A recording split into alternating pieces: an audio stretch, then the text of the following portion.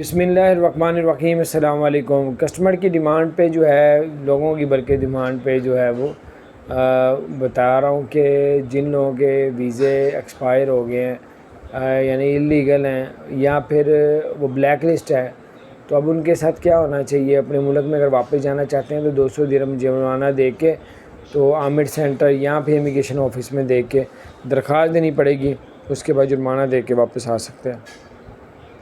اگر وہ آپ بلیک لسٹ ہیں، ویزا بھی ایکسپائر ہو گیا، آپ نے اسی ویزے کو چینج کروانا چاہتے ہیں، تو تب آپ کو جو ہے وہ اس کی جرمانوں کی جو آپ کے اوپر ہوئے ہیں اس کو پے کرنا پڑے گا، پھر آپ کا ویزا سٹیٹس بھی اس طرح چینج کر دیا جائے گا۔ تو بہت ہی اچھی خبر ہے، میں نے کہا شیئر کروں۔ اپنا خیال رکھیں، اللہ تعالیٰ آپ کو ہم سب کو اپنے زمان میں رکھے۔ چینل کو سبسکرائب نہیں کیا ضرور سبسکرائب کر دیں، بیل آئیکن پریس کر دیں تاکہ نئی سی اپڈیٹس آپ تک پہنچ دیں۔